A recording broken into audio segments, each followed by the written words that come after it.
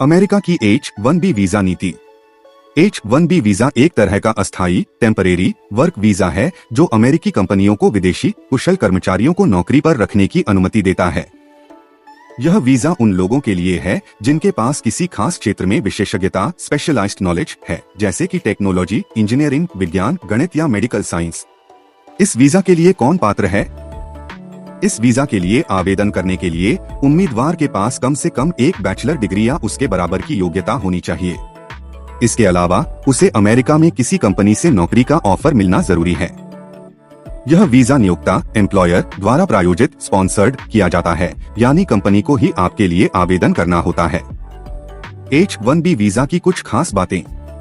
समय सीमा। यह वीजा शुरू में 3 साल के लिए मिलता है, जिसे अधिकतम 6 साल तक बढ़ाया जा सकता है। कुछ खास मामलों में इसे 6 साल से भी ज्यादा समय के लिए बढ़ाया जा सकता है, खासकर अगर आप ग्रीन कार्ड स्थायी निवास के लिए आवेदन कर रहे हों।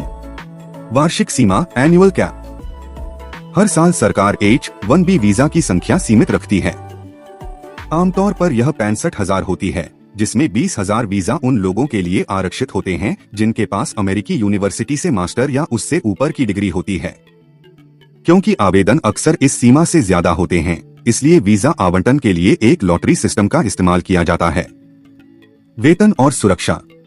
H-1B वीजा धारकों को अमेरिकी कर्मचारियों के बराबर या उनसे ज्यादा प्रचलित वेतन मिलना चाहिए, ताकि अमेरिकी कर्मचारियों के वेतन और नौकरी पर कोई नकारात्मक प्रभाव न पड़े। हाल के बदलाव। हाल ही में अमेरिकी सरकार ने H-1B वीजा नीति में कुछ महत्वपूर्ण बदलाव किए हैं।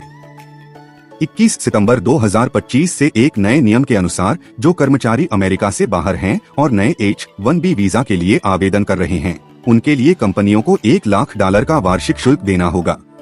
इस बदलाव का उद्देश्य यह सुनिश्चित करना है कि कंपनियों द्वारा केवल बहुत उच्च कुशल और अनुभवी पेशेवरों को ही काम पर रखा जाए। हालांकि यह नया नियम उन लोगों पर लागू नहीं होता जो पहले से ही H-1B वीजा पर अमेरिका में हैं। H-1B वीजा का महत्व।